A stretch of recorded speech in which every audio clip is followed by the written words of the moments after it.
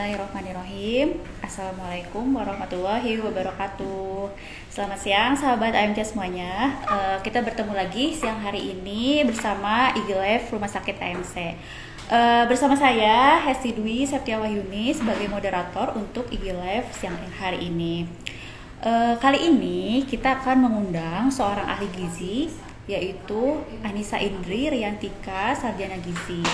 Di mana kali ini kita akan membahas mengenai isi piringku kini kaya protein hewani, cegah stunting dengan protein hewani. Oke, sebelumnya kita coba lihat dulu ya apakah Teh Anissanya udah bergabung bersama kita atau belum. Oke, sebentar ya. Ya, Teh Anissanya sudah bergabung ya sahabat AMC semua. Alhamdulillah siang ini kita telah bergabung bersama Teh Anissa Indri. Assalamualaikum Teh Anissa. Waalaikumsalam Teh Hesti, apa kabar? Ya, alhamdulillah baik. Terima kasih ya Teh, udah meluangkan waktunya untuk berbagi ilmu di siang hari ini. Sebelumnya boleh Teh diperkenalkan dulu Teh Anissa Indri. Silakan Teh. Oke. Assalamualaikum warahmatullahi wabarakatuh. Selamat siang sahabat Rumah Sakit AMC. Perkenalkan nama saya Anissa Indri Riantika. Saya di sini bekerja sebagai ahli gizi. Oke, baik. Jadi Teh Anissa Indri ini merupakan salah satu ahli gizi ya Teh di Rumah Sakit AMC. Itu ya Teh ya. Ya, Oke betul, Teh, untuk mempersingkat waktu, mari ya kita mulai langsung aja ya Teh. Jadi di sini tuh ada beberapa pertanyaan ya Teh. Kan tema Hari Gizi Nasional ya. Jadi kita tuh masih dalam rangka merayakan Hari Gizi Nasional yang ke-63 di tahun 2023 ini. Tema tahun ini itu masih mengangkatnya tentang stunting ya Teh. Nah, kenapa sih Teh tema tahun ini itu tentang cegah stunting dengan protein hewani? Oke. Stunting atau pendek ini udah menjadi permasalahan nasional ya Teh. Bahkan di dalam akreditasi rumah sakit versi Starkes itu sudah menjadi program nasional. Jadi permasalahan nasional dan menjadi program nasional juga. Stunting ini kan merupakan kondisi gizi kronis ya Teh, jadi pengaruhnya itu bisa jangka panjang jika melihat 23 tahun yang akan datang. Kalau misalkan generasinya banyak yang stunting, bagaimana nih ke depannya? Jadi presiden atau pemerintah pun peduli terhadap stunting ini. Kemudian maka dari itu tema Hari Gizi Nasional tahun ini itu stunting. Sebenarnya udah beberapa tahun terakhir ya Teh, si tema stunting ini tuh masih tetap berlangsung, cuma di tahun ini ada solusi nih, yaitu protein hewani cegah stunting, seperti itu Teh.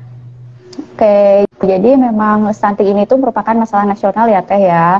Ya, jadi stunting juga merupakan masalah gizi yang sehingga diperingati di Hari Gizi Nasional di tahun ini. Terus stunting juga merupakan bisa berpengaruh ya nantinya ke jangka panjang setelah 20 tahun ke depan gitu ya, setelah 20 tahun yang akan datang. Jadi nggak tiba-tiba stunting itu terjadi ya, tapi memang merupakan masalah gizi kronis juga. Oke.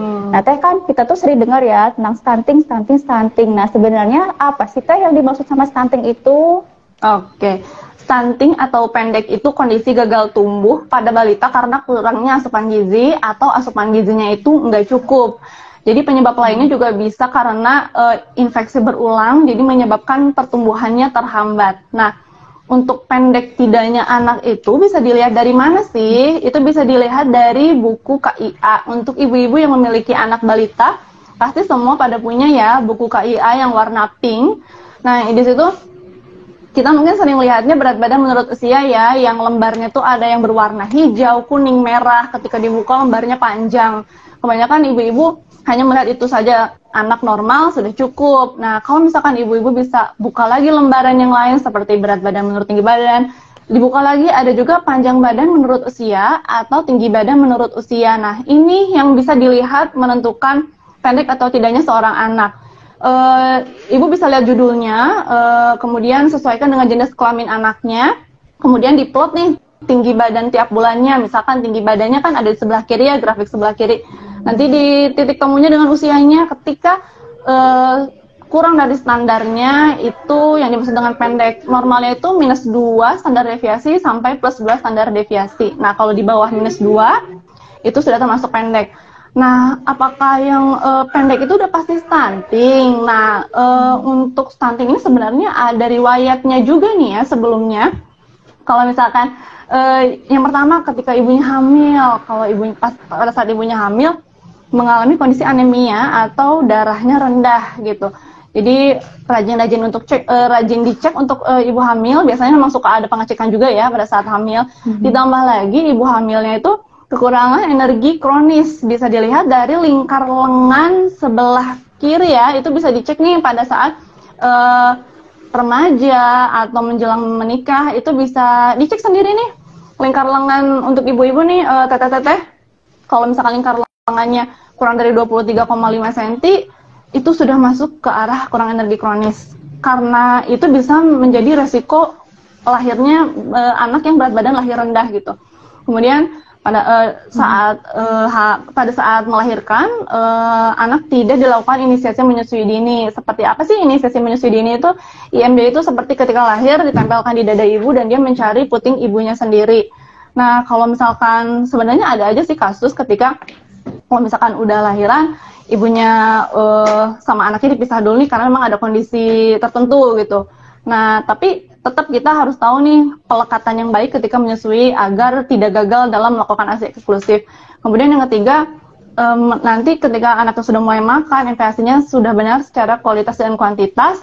Kemudian yang keempat, ada anaknya juga jadi mudah sakit karena sering tertular batuk pilek, diare, ada TBC, kemudian imunisasi juga nggak lengkap. Jadi itu yang dinamakan stunting gitu, pendek yang punya riwayat-riwayat seperti itu. Kemudian jadi stunting itu pasti pendek, tapi pendek belum tentu stunting, begitu Teh.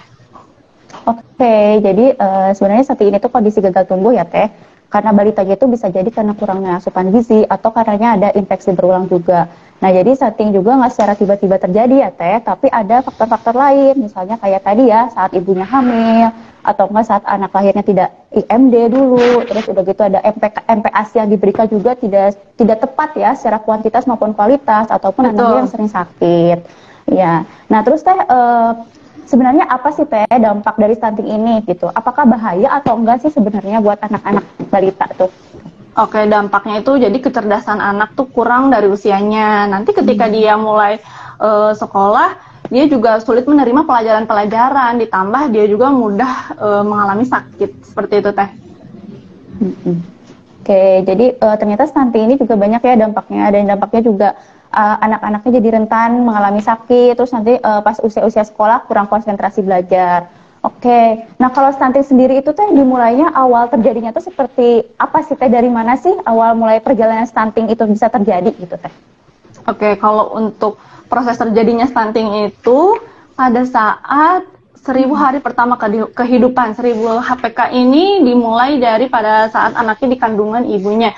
Jadi pada saat mengandung sampai anaknya usia 2 tahun itu bisa dicegah nih dengan konsumsi protein hewani tersebut gitu. Jadi bisa diperbaiki atau dicegah selama 1000 HPK tersebut gitu.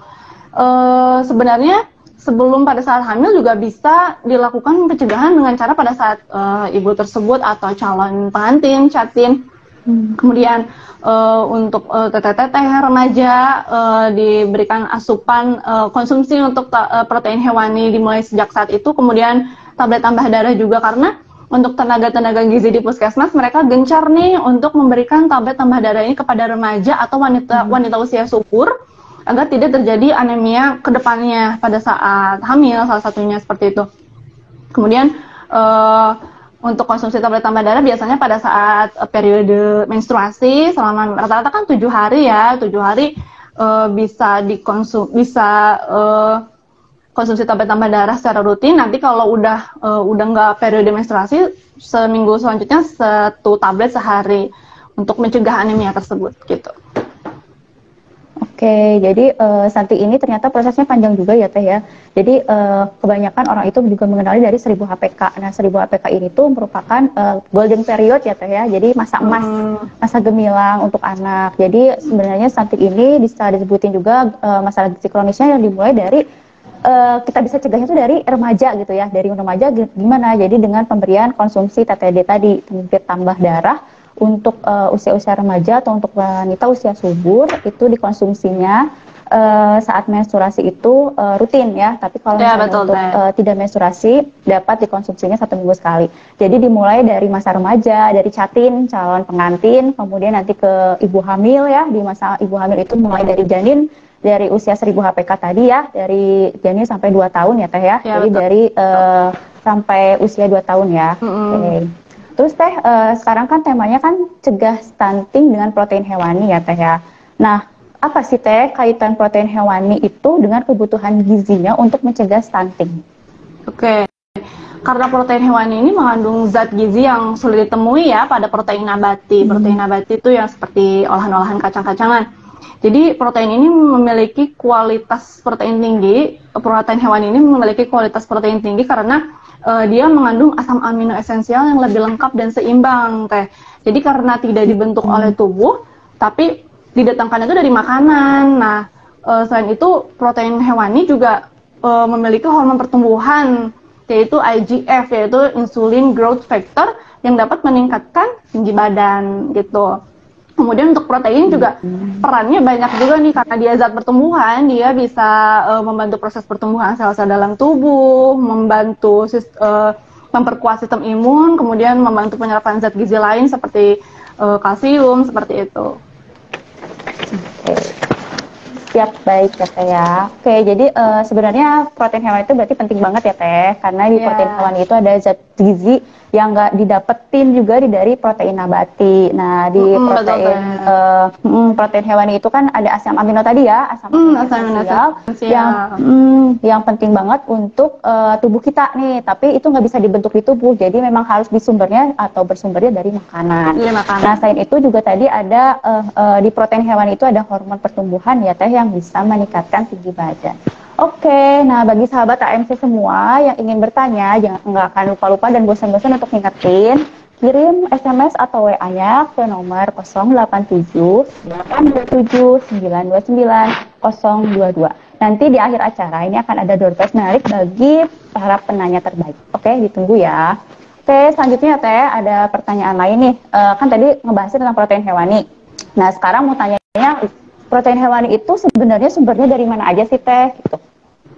Oke, protein hewani sumbernya dari hewani ya, ayam atau ikan atau telur, bisa juga hati ayam, kemudian udang juga termasuk dalam protein hewani. Tapi dalam proses pengolahannya juga sebaiknya diolah sampai benar-benar matang dan disesuaikan dengan tekstur usia anak tersebut gitu. Itu Teh. Oke, jadi intinya protein hewani itu banyak ya. Ada di sumber-sumber protein hewani kayak di ayam, kemudian ada ikan juga, telur. Jadi protein hewani nggak harus selalu daging ya Teh ya. Ada ya, ikan betul, air tawar. Iya betul, karena untuk daging sendiri untuk anak kayaknya lebih susah juga ya untuk maksudnya kita kan harus ada kayak ulek saring atau ngunyahnya karena giginya juga belum lengkap. Jadi untuk daging sapi misalkan sulit, ditambah juga harganya mahal ya Teh ya, lebih mahal dibanding hewani lain. Kalau bisa yang mencoba protein hewani yang ada, tidak harus daging sapi. Dan untuk telur juga itu kan murah ya Teh ya, itu bisa dikonsumsi juga lebih dikonsumsi juga gitu. Iya. Jadi sebenarnya beragam ya Teh ya. Jadi kita tuh memang benar-benar harus makanannya itu beragam ya. Jadi nggak hanya harus protein nabati terus, tapi harus ada juga protein hewani. Nah, protein hewani itu ya tadi banyak sumbernya ya. Ada di ayam, ikan, telur, kemudian hati ayam, udang. Apalagi untuk anak-anak ini memang dibutuhkan banget ya. Apalagi untuk proses pertumbuhan atau proses tumbuh kembang gitu ya. Biar anaknya juga nggak stunting. Oke Teh, selanjutnya nih ya ada pertanyaan lain nih. Kalau misalnya di kandungan protein dalam makanan itu sebenarnya dipengaruhi nggak sih Teh sama teknik kita dalam memasak gitu? Oke, untuk teknik untuk ini ya, kandungan protein dalam makanan pada saat memasak, sebenarnya pada dasarnya protein itu zat gizi yang cukup stabil kalau terkena panas, nggak kayak vitamin sama mineral gitu. Jadi protein ini kalau berkurang nggak terlalu banyak. Nah, untuk studi yang dilakukan oleh University of Arkansas itu menyebutkan bahwa untuk kurangnya jumlah protein itu dipengaruhi oleh suhu makanan, jadi bukan oleh teknik pemasakannya seperti itu Teh. Jadi untuk kayak olah ayam atau ikan atau telur atau ati ayam udang itu kan memang sebentar diolah juga, maksudnya matangnya nggak yang lama banget gitu, nggak yang sampai setengah jam gitu, dia cepat kok. Jadi untuk teknik masak, untuk suhu memasak ini pengaruh, tapi mungkin tidak yang berkurang yang sangat banyak gitu. Oke, baik. Jadi intinya proses memasak itu berpengaruh sih Teh ya kepada kandungan zat gizi dari protein hewani tersebut. Cuman zat gizi dari protein itu sebenarnya lebih stabil ya Teh dibandingkan dengan tidak seperti vitamin sama mineral kayak sayur-sayuran dan buah ya. Kalau misalnya dipanaskan dia nanti vitaminnya bisa hilang. Nah, tapi untuk protein sendiri itu memang suhu itu emang cenderung mempengaruhi, tapi bukan signifikan untuk ini ya. Jadi bukan intinya sih dipengaruhi, tapi selama kita bisa memasak dengan cara matang itu bisa ya, it's okay gitu ya. Jadi jangan sampai masaknya pun jangan sampai terlalu kering ataupun gosong gitu ya Teh ya. Intinya seperti itu. Nanti kalau misalnya gosong itu berarti proteinnya udah rusak ya Teh ya. Gitu ya Teh. Ya, betul Teh Hesti. Oke. Nah, pertanyaan selanjutnya Teh ya. Kalau misalnya gimana sih Teh pemenuhan gizi pada anak gitu? Jika si anak itu Teh mengalami alergi protein hewani, nah terus apa sih yang harus dilakukan? Terus apa masih tetap harus konsumsi protein hewani kan sedangkan ada alergi gitu? Terus itu gimana? Oh iya, cenderung protein hewani itu kayak gimana nih kalau anak saya alergi? Nah, itu belum bisa tahu kalau misalkan ibu-ibunya sendiri tidak mencoba memberikannya. Pertama kita lihat dulu nih, ada riwayat enggak dari orang tuanya. Apakah orang tuanya ada riwayat alergi? Kalau misalkan ada, misalkan alergi apa nih, biasanya telur atau udang ya Teh ya, bisa tetap dicoba dulu kepada anaknya. Kalau misalkan ternyata ada aja orang tua yang alergi, ternyata anaknya tidak. Tapi ada juga yang orang tuanya alergi satu makanan, anaknya juga bisa juga iya. Makanya dengan kita coba berikan protein hewani tersebut. Kalau misalkan ternyata ada reaksi alergi, bisa diberi jeda nih, seminggu kemudian konsumsi protein hewani yang sama yang menyebabkan reaksi tersebut. Tapi selama misalkan seminggu ke depan nggak ada alergi lagi, berarti masih aman untuk dikonsumsi. Bisa juga dengan konsumsi protein hewani lain, kan protein hewani banyak macamnya ya Teh. Kayak gitu. Oke, baik. Jadi sebenarnya nggak harus pure untuk ngehilangin protein hewani sama sekali ya Teh. Jadi nggak harus sama sekali jadinya vegan gitu ya, jadi vegetarian tanpa konsumsi hewani sama sekali. Jadi memang boleh sih diberikan, cuman kita cek dulu nih orang tuanya ada alergi apa enggak gitu ya. Terus kedua kita pastikan dulu nih protein terlebih dahulu alerginya itu alergi apa, protein hewani yang jenis mana dulu, yang seperti apa sumber makanan yang bikin alerginya, baru dihindarin. Selain itu juga kita bisa dieliminasi ya Teh ya, jadi sistemnya eliminasi. Ya, betul, jadi untuk sementara, jadi untuk sementara nggak konsumsi protein hewani yang jenis itu dulu untuk kurang lebih selama beberapa hari atau seminggu. Nanti baru setelah kondisinya itu hilang, baru dicoba lagi gitu ya Teh. Jadi jangan pernah patah semangat untuk ibu-ibu sahabat AMC semua untuk mencoba mengkonsumsi protein hewani, karena protein hewani itu benar-benar penting banget untuk apalagi mencegah stunting gitu ya Teh. Iya, betul banget.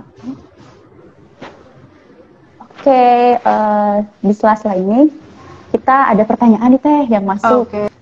Oke ya, saya bacakan ya Teh ya pertanyaannya. Oke, dari Ibu Risa Rosdiana. Oke, beliau bertanya begini, protein hewani itu penting sekali untuk kebutuhan tubuh setiap hari. Tetapi jika ada alergi, apakah ada solusi lain nggak sih Teh tadi selain konsumsi protein hewaninya gitu? Pada ibu siapa tadi? Dari Ibu Risa Rosdiana. Oke, untuk Bu Risa tadi mengenai alergi ya, alergi hewan. Ya, jadi udah misalnya mungkin dia bingung kali ya, beliau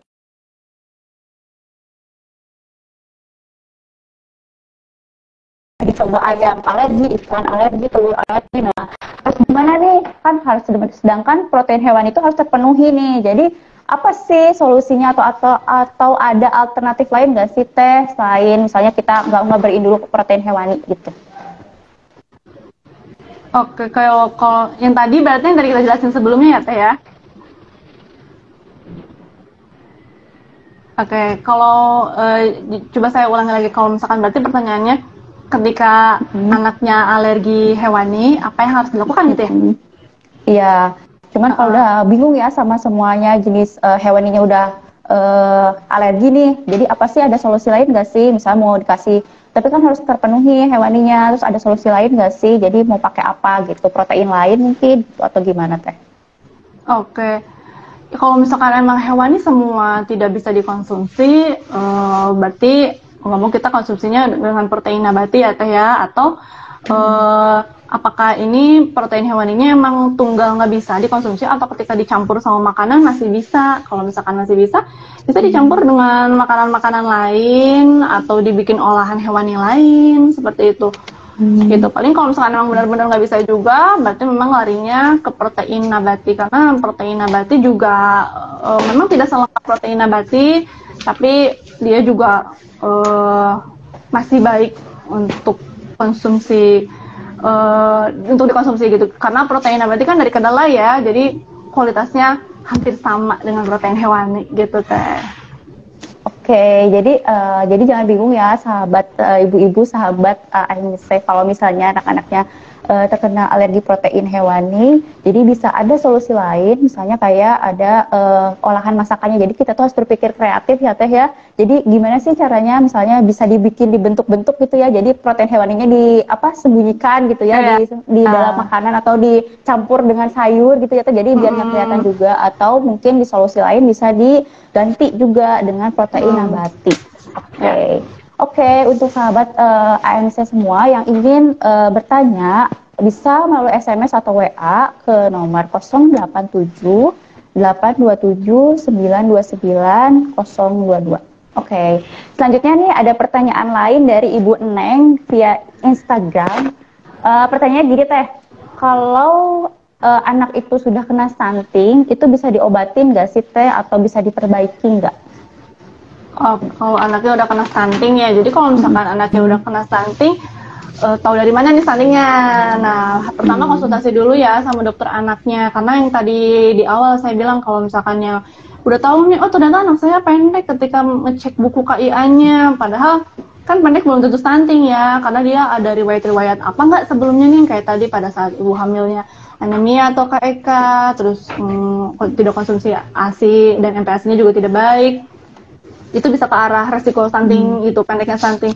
Nah, kalau misalkan emang udah terdiagnosa stunting, seperti apa pelaksanaannya? Pertama kan konsul dulu ke dokter anak, nanti untuk pemberian makannya tetap konsumsi protein hewani dilanjutkan, namun tidak dengan konsumsi yang tinggi gula, ditambah-tambah makanan yang tinggi karbo, misalkan biskuit, kue, malah jadinya ada masalah baru nih, malah jadinya obesitas gitu teh. Dan untuk selanjutnya juga jadi nggak maksimal untuk pertumbuhan tinggi badannya juga.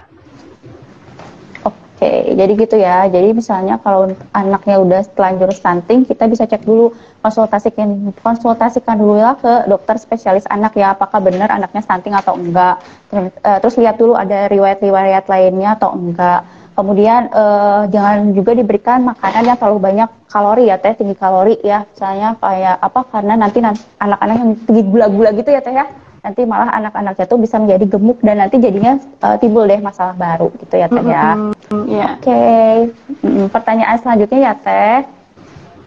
Nah, untuk komposisi dari, kan tadi kita ngebahasnya di awal itu tentang isi piringku ya teh. Nah, sebenarnya teh isi piringku itu dalam hidangan kita sehari-hari itu terutama untuk anak usia 0 untuk usia 6 sampai 23 bulan itu seperti apa sih teh? Untuk isi piringku ini untuk misalkan kan piring kan bulat ya. Nah, untuk konsumsi protein hewaninya itu untuk biar mencegah terjadinya stunting, dan dalam piring yang bulat ini kita bagi setengahnya kurang lebih sedikit ya, setengah lebih sedikit, ini 35%-nya karbohidrat teh, bisa diisi dengan karbohidrat, dan 30%-nya itu protein hewani. Jadi kayak hampir setara gitu karbohidrat sama protein hewaninya. Karbohidrat ini kan nggak cuma nasi ya, bisa dari kentang atau karbohidrat lain, terus ditambah protein hewani misalkan ayam atau telur atau ikan, terus ditambah yang lingkaran setengah lebih sedikit tadi, 25%-nya lagi diberikan sayur dan buah. Buah bisa sebagai selingannya ya. Ditambah 10%-nya baru protein nabati. Seperti itu teh. Oh, oke. Jadi intinya untuk anak usia 6 sampai 23 bulan itu dalam isi satu piring makan bulat itu ya teh ya, itu tuh dibagi-bagi ya Teh ya. Jadi misalnya karbohidratnya ada berapa persen, kemudian protein hewaninya gitu ya. Jadi karbohidratnya sekitar kurang lebih tadi 35% ya Teh ya. Kemudian hewaninya juga 30% gitu ya Teh. Terus ada sayurnya ya, jadi sayurnya juga 25%, kemudian nabatinya jadi 10%. Jadi intinya itu dalam satu piring makan itu lengkap ya Teh kandungan gizinya. Jadi ada karbohidratnya, jadi ada gizi protein seimbang. hewani. Jadi jangan sampai kita bahas mengenai protein hewani, makanya cuma dengan protein hewani aja ditambul atau misalkan karbohidrat sama protein hewani aja. Jadi tetap harus lengkap gizi seimbang gitu Teh. Cuma mungkin porsiannya kayak tadi ya. Jadi intinya apa ya, untuk mencegah stunting itu sebenarnya harus gizi seimbang ya Teh. Jadi nggak bosan-bosannya kita juga untuk selalu mengingatkan kalau pola makan kita tuh harus gizi seimbang. Jadi dalam artian nggak harus makan itu hanya pakainya protein hewani aja, tapi harus ada selalu karbohidratnya, kemudian hewaninya dalam satu piring makan itu ya, nabatinya, sayurnya juga untuk tambahan sebagai serat ya Teh ya, untuk melancarkan pencernaan itu. Dan juga ada tadi nabatinya juga ya, jadi lengkap ya dalam satu piring makan itu dengan porsi-porsiannya yang tadi udah dibagi. 35% untuk nasinya, 30% untuk bukan nasi deh, tapi karbo ya. Karbo ya, karbo. Jadi karbo itu nggak harus nasi ya Teh ya. Jadi sumber karbo juga banyak ya. Tadi ada kentang gitu ya, ubi kayak gitu. Oke. Terus ada sayur-sayurannya 25% dan 10%-nya nabati. Oke nih Teh. Lanjut ya Teh. Kemudian ada pertanyaan dari Bapak Samuel. Kita lanjut pertanyaan dulu ya Teh ya. Ada pertanyaan dari Bapak Samuel via WhatsApp. Pertanyaannya begini. Beliau bertanya, usia ideal pengecekan stunting pada usia berapa sih Teh sebenarnya? Dan hal yang paling mudah untuk mencegahnya itu seperti apa? Oke, usia ideal pengecekan stunting usia berapa gitu ya? Karena stunting ini dilihat pada saat anak sudah lahir. Jadi dimulai dari 0 sampai 23 bulan itu mulai pengecekannya nih. Untuk Bapak Samuel, terima kasih atas pertanyaannya. Gitu. Jadi karena di buku KIA itu terpantau dari pada saat lahir sampai usia 23 bulan atau 2 tahun itu nanti dicek terus nih setiap bulannya Pak. Jadi panjang badan atau tinggi badan anaknya tuh berapa. Karena untuk 2 tahun ini masih bisa dicegah Pak, karena usia sampai 2 tahun ini 80% kan otak sudah terbentuk, sisanya nanti 20% lagi sampai usia 5 tahun. Jadi sebenarnya di usia 0 sampai 2 tahun ini yang paling riskannya. Jadi itu mulai bisa dicegah ketika tahu anaknya sudah, ketika diplot anaknya pendek, itu bisa ditambahkan untuk dari makanannya konsumsi protein hewani. Gitu. Cukup jelas nggak ya Bapak Bunten? Oke, ya semoga jawabannya menjawab pertanyaan ya. Jadi cek sebenarnya di buku KIA-nya ya, terus dipantau terus. Jadi usahain sebelum usianya anak itu sampai 2 tahun harus dicek terus. Jadi rajin-rajinlah ke posyandu ya Teh. Jadi untuk selalu ngecek setiap bulannya gimana sih, apakah ada kenaikan atau malah stagnan gitu ya, di garis plotnya itu. Jadi nggak naik. Malah, jadi kan atau malah nggak naik-naik, malah dia diem terus di angka yang sama, itu juga bermasalah. Iya, jadi emang harus benar-benar rajin-rajin ke posyandu untuk selalu cek di buku KIA-nya juga ya, di plot nantinya anak saya tuh gimana gitu ya, apakah naik berat badannya, turun, atau misalnya stagnan gitu ya Teh. Nah terus pokoknya stunting itu sebenarnya bisa dicegah sampai sebelum usia 2 tahun karena merupakan periode emas. Jadi memang harus rajin-rajin benar-benar ke posyandu. Oke, ya, sama ini satu lagi maaf. Ya. Satu lagi maaf ya, jadi memang karena berat badan juga pengaruh juga ya. Jadi kalau misalkan berat badannya stagnan juga nih, kayak tadi Tata bilang ya, tidak naik itu malah flat gitu beberapa bulan, jadinya ya pertumbuhan tinggi badan juga terganggu. Jadi memang tetap dilihat juga berat badan sama tinggi badannya, jangan salah satu aja gitu. Oke gitu. Jadi diingetin lagi ya untuk selalu posyandu, kemudian dicek terus berat badannya, tinggi badannya. Nanti kan ada ya kriterianya ya. Jadi anak usia sekian harus naik berapa gram gitu ya Teh ya. Jadi harus selalu dipantau dan selalu dicek setiap bulan, terutama untuk anak usia 0 sampai 2 tahun ya. Jadi sebelum stunting itu terjadi. Dan kalau ke posyandu sih maksimalnya sampai 5 tahun ya Teh ya. Iya betul. Oke. Lanjut, sekarang kita ke pertanyaan selanjutnya Teh. Terus Teh, gimana sih Teh rekomendasi gitu ya dari WHO kalau dalam pemberian makan anak. Soalnya kan kadang-kadang ibu-ibu mungkin sahabat AMC tuh bingung. Jadi gimana sih tekstur-tekstur makanan gitu ya. Usia segini sampai segitu harus makan apa, harus seperti apa, bentuk-bentuk dan teksturnya. Coba boleh dijelaskan ya Teh? Silakan. Nah, oke. Untuk usia 0 sampai 6 bulan diberikan ASI eksklusif. Jadi hanya ASI saja nih dari pada saat lahir sampai usia 6 bulan. Jadi tidak diberikan apapun, maupun itu air putih atau air perasa, apalagi makanan itu nggak bisa dulu. Kecuali ada obat-obatan tertentu itu tidak masalah ya, karena itu obat. Tapi untuk ASI tetap full gitu. Nah, kalau misalkan untuk usia 6 bulan ke atas nih, pas pada saat mulai MPASI, syaratnya apa sih? Syaratnya tepat waktu ya, harus usia 6 bulan pada saat mulai MPASI. Kebutuhan zat gizi terpenuhi, MPASI-nya juga aman dan higienis, kemudian makannya responsif, jadi fokus terhadap makannya. Nah, untuk bentuk ya, kita mulai dari bentuk. Kita baginya usia 6 sampai 7 bulan, 8 sampai 9 bulan, 10 sampai 11 bulan.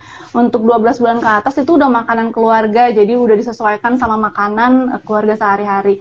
Nah, untuk 6 sampai 7 bulan ini bentuk makanannya itu lumat dengan cara kita olahnya, kita sebutnya ulek saring ya.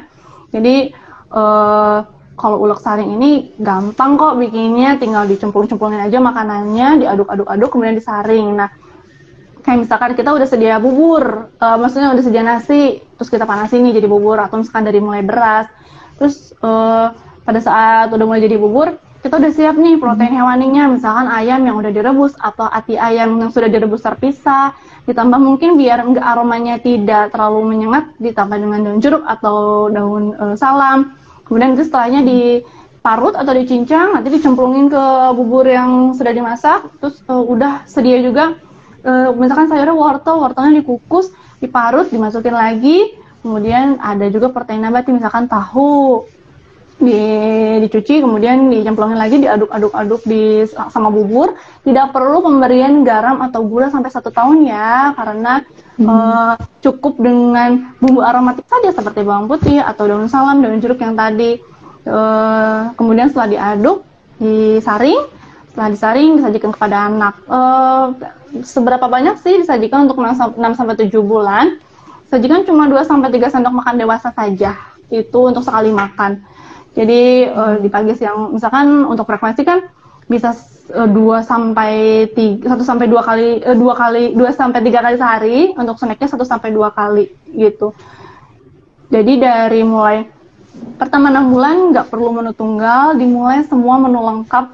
Nggak usah takut juga, nggak apa-apa ini menu lengkap, nggak apa-apa karena memang sudah mulai kebutuhan ASI-nya juga sudah mulai berkurang, jadi makanan sudah mulai masuk juga, jadi menu lengkap lebih baik gitu.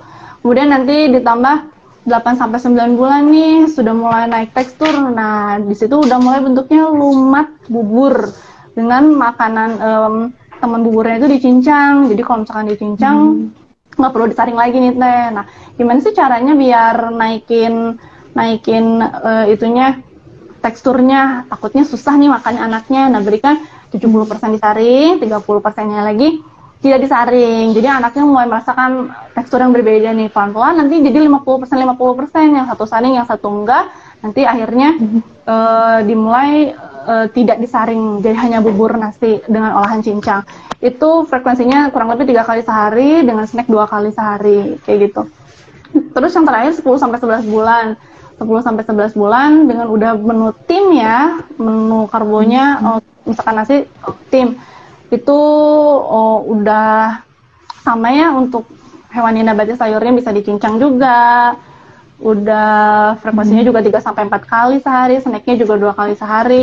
Kalau untuk yang tadi kan 6 sampai 7 bulan 2 sampai 3 sendok makan dewasa ya. Kalau untuk 8 sampai 9 bulan ini kurang lebih setengah sampai 3/4 mangkok yang 250 ml. Kemudian kalau untuk yang 10 sampai 11 bulan kurang lebih 1/4 sampai 1 mangkok 250 ml. Jadi udah 250 ml gitu. Nanti kalau udah setahun udah deh selesai nih, bentuknya udah mulai kayak keluarga aja ya gitu. Oke. Jadi tadi tuh ternyata banyak ya. Jadi rekomendasi dari WHO pun dalam pemberian makan anak itu juga ada step-stepnya ya Teh. Jadi ada tahapan-tahapannya. Gimana sih dari usia 0 sampai 6 bulan itu harus dikasih apa? Jadi 0 sampai 6 bulan itu hanya ASI eksklusif saja ya Teh. Nggak perlu ada tambahan-tambahan lain, misalnya kayak air putih, kopi, dan lain-lain sebagainya, pisang, itu nggak perlu. Jadi cukup apalagi ASI kopi sih eksklusif Teh, aja. itu nggak bahaya. Iya, iya. Jangan Jadi, sampai ya. oke, ya betul. Jadi 0 sampai 6 bulan itu hanya ASI eksklusif saja ya Teh, kecuali memang ada tambahan obat-obat gitu ya kalau ada kondisi medis tertentu. Nah, kemudian naik ke usia 6 sampai 7 bulan itu teksturnya mulai dari ulat saring tadi ya. Jadi teksturnya lumat gitu. Jadi disaring gitu ya, makanannya dicampur-campur gitu ya. Jadi ada karbohidratnya gitu ya Teh ya. Hewaninya, kemudian nabatinya, sayurnya juga ada ya. Kemudian dicampur gitu ya Teh, nanti disaring gitu ya Teh. Nah, nanti ada frekuensi pemberiannya. Jadi frekuensinya juga bisa sampai 2 sampai 3 kali sehari ya, dengan kurang lebih 3 sendok makan. Terus ada snacknya juga ya. Jadi butuh snack juga ya di usia 6 sampai 7 bulan itu. Jadi snacknya 1 sampai 2 kali sehari. Oke, nah selanjutnya di usia 8 sampai 9 bulannya naik gitu ya. Jadi mulai naik teksturnya ke makanan lumat ya. Jadi cincang gitu. Jadi ada yang tidak perlu disaring, ada yang perlu disaring. Jadi 70%-nya disaring dan 30%-nya tidak perlu disaring. Sebenarnya tingkatan tahapan-tahapan step-step tekstur anak meningkat itu untuk membantu juga ya Teh ya, kemampuan motorik dari mengunyah ya Teh ya. Jadi dia belajar, untuk mengunyah, kemudian untuk belajar fingerfood gitu Teh. Terus kemudian di usia 10 sampai 11 bulannya naik juga jadi ke teen. Kemudian di usia 12 bulannya udah mulai makanan keluarga. Oke, dengan frekuensi yang sama ya, jadi 2 sampai 3 kali sehari. Oke. Baik Teh, selanjutnya kita ada pertanyaan nih Teh ya. Dari via WA. Pertanyaannya gini Teh, dari Ibu Imas gitu. Beliau bertanya, hampir semua rumah sakit dan puskesmas gencar banget masalah stunting. Kenapa sih stunting itu menjadi permasalahan besar di Indonesia? Apakah sudah ada kasus sampai meninggal gara-gara stunting ini? Oke, karena karena stunting ini, terima kasih Ibu atas pertanyaannya. Jadi stunting ini sudah menjadi permasalahan gizi nasional ya, karena mungkin sebelumnya kita hanya melihatnya hanya berat badan menurut usianya aja nih, yang hanya dipantaunya tinggi badan aman gitu. Tapi ternyata tinggi badan anak menjadi pendek ini, tapi dengan pengaruh-pengaruh yang lainnya ya, kayak pengaruh yang tadi ada riwayat ibunya anemia atau KEK, kemudian anak jadi berat badan lahir rendah, ditambah dengan MPASI atau ASI-nya juga tidak maksimal, dagingnya juga anak-anaknya jadi rentan sakit, itu yang jadi gangguan pertumbuhannya jadi terhambat, Bu. Jadi karena berat badannya, misalkan berat badannya normal, tapi anaknya jadinya tidak tumbuh gitu. Jadi ini ternyata pas ketika menurut hasil riset kesehatan dasar ya kalau nggak salah, ternyata untuk stunting ini persennya lebih tinggi dibanding kurus atau yang gizi kurang gitu. Jadi ini juga jangka panjangnya sangat terlihat nih, kalau generasinya banyak yang kondisinya stunting, jadinya kedepannya generasinya juga tidak maksimal juga gitu untuk selanjutnya. Kalau untuk yang meninggal stunting, saya kurang tahu juga ya Bu ya, cuma karena untuk stunting ini lebih ke karena tinggi badan ya, jadi karena hanya perawakannya aja lebih tidak tinggi gitu atau pendek, tapi dia jadi menghambat ke semuanya, jadi infeksi juga ke tubuhnya, terus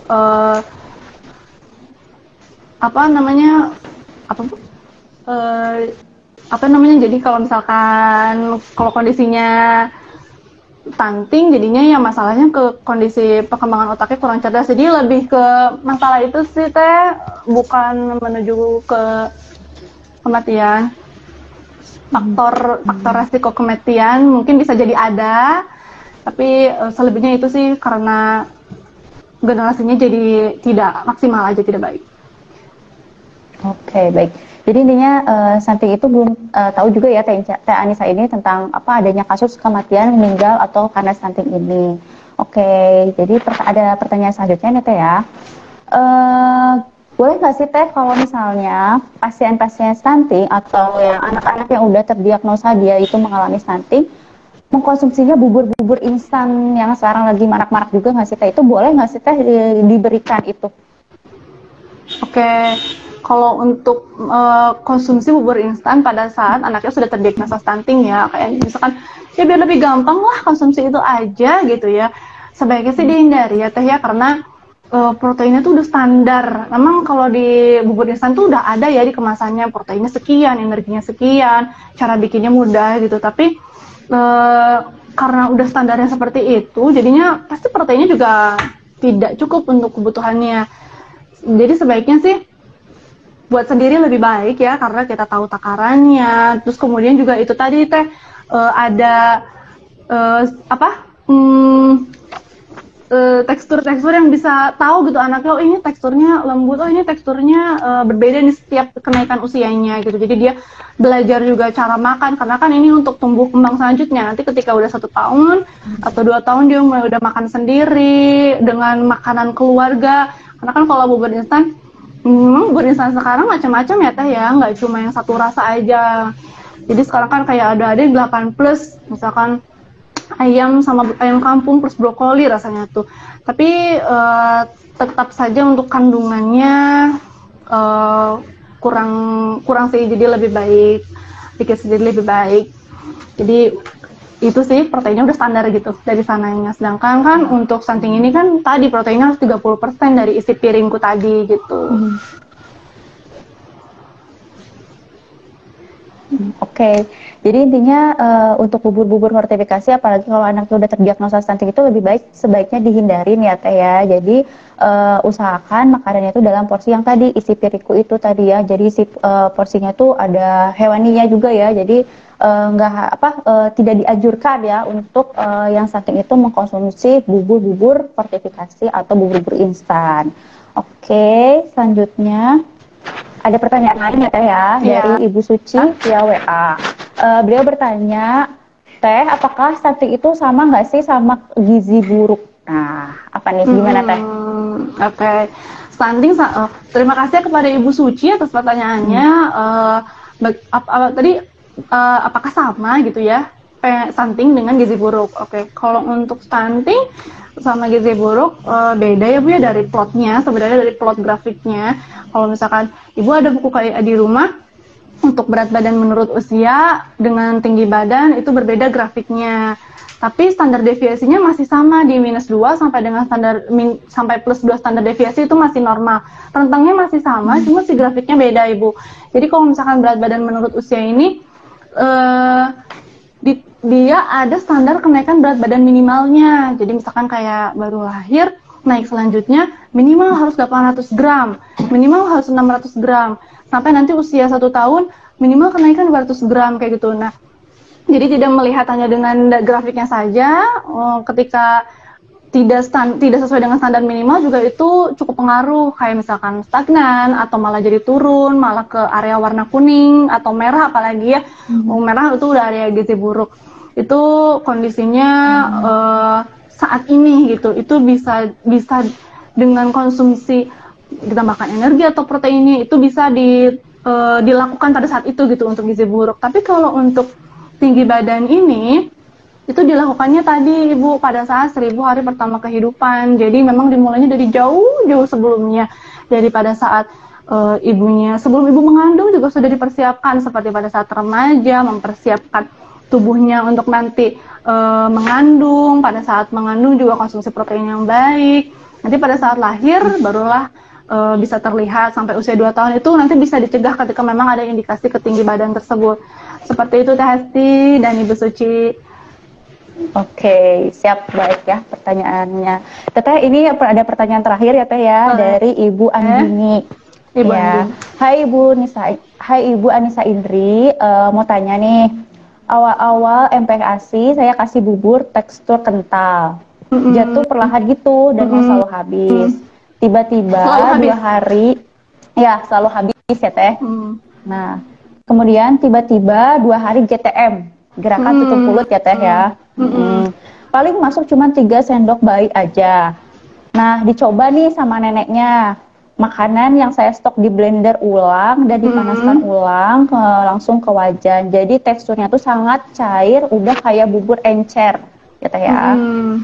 Nah, pertanyaan saya yang pertama nih, apakah normal bayi mulai MPASI yang tadinya teksturnya kental itu mundur ke cair kental? Oke, satu pertanyaan dulu deh Teh, silahkan jawab dulu Teh. Oke, terima kasih ya Bu Andi ini atas pertanyaannya. Bagaimana untuk tekstur anak ya? Tekstur anak pada saat mulai 6 bulan dari yang udah teksturnya kental, jatuh perlahan, sekarang mundur karena GTM jadi turun tekstur gitu ya.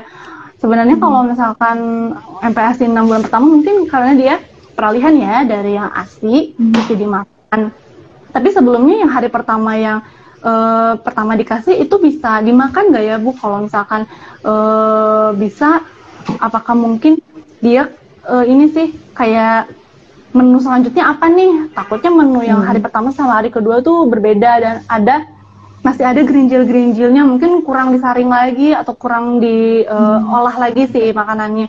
Nah kalau misalkan untuk turun tekstur selama nggak yang lama banget, hanya sebentar boleh, tapi nanti kembali lagi Bu ke tekstur yang jatuh perlahan. Jadi jatuh perlahan itu hari pertama habis Bu, oh iya Ibu min lipstick ya, oke Ibu Andini. Hari pertama habis Bu, kental jatuh perlahan. Nah, oke, kalau misalkan hari pertama habis nih, sudah habis,